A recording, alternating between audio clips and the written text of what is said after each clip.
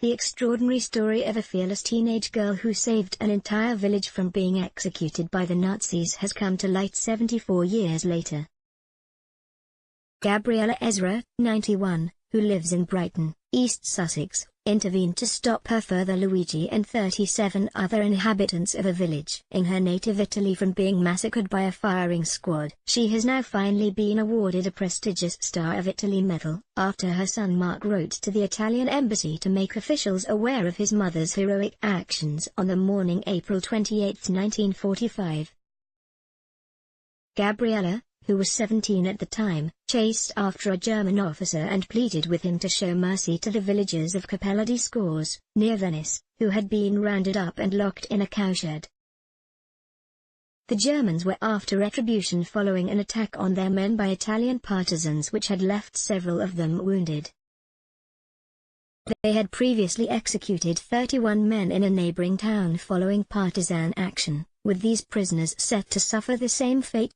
Gabriella, who spoke immaculate German as her family had lived in Austria, was taken by the officer to speak to his commander. She lied about the villagers having no knowledge of the ambush and was told that she would also be shot if the Germans discovered the truth.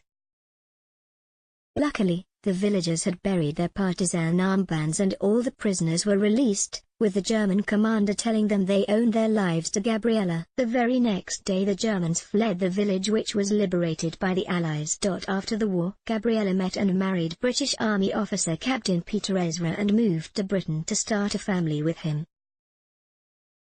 Her son Mark, 65, a documentary maker, recently wrote a letter to the Italian embassy to tell his mother's extraordinary tale.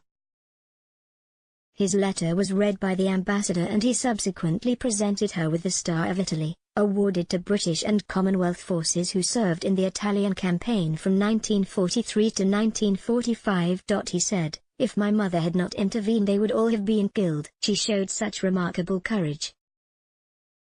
My wife's sister saw a newspaper article about another woman who received an award from the Italian government and I thought my mother deserved the same recognition. I wrote to the embassy and my mother was invited to receive the Star of Italy. She was understandably delighted. The whole family was at the ceremony and we had a fabulous time. The local partisans had forewarned the people of Cappella di Scores about the attack on the Germans and advised them to close their shutters in case their windows shattered. Afterwards the Germans arrived and rounded up 38 men, prompting Gabriella's brave intervention. The retired language school teacher said, "I remember there was a knock on the door from a young Italian man who told us to close our windows as the partisans were going to attack the Germans. We were terrified as when the partisans had attacked the Germans in another village they responded by hanging all the men in the square. The partisans did attack as they said they would and the Germans wanted reprisals so they rounded up the men in the village including my father and locked them in a cowshed. I told my mother I had to do something so I ran after the officer and pleaded with him that these men were just farmers who cared about their fields and cows. He took me to the commandant and I begged him not to kill them, telling him again and again these men were innocent. They took me outside and lined up the men with a firing squad and said, 'This woman tells me you're innocent. If she's lying I'll kill you all, her first.' They searched the men but they had hidden their partisan armbands in the cowshed. The men were led away and my father passed me his watch and a note to my mother because he didn't think he would survive. But the commandant then ordered for them to be set free, saying if there were any more attacks he would destroy the village.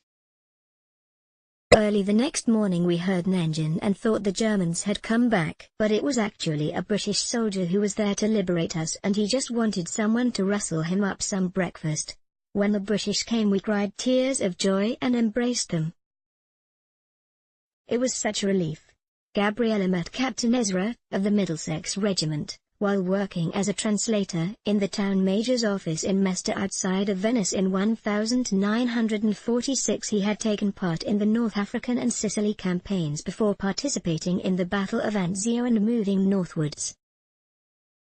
They married in Venice in 1949 and they moved to Hove, where she worked as a language coach.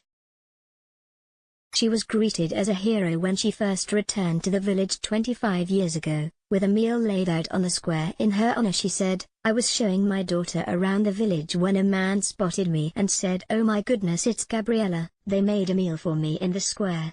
They said they were very pleased to see me because I had saved the village." Captain Ezra died in 2005 and Gabriella has 2 children, Mark and Diana.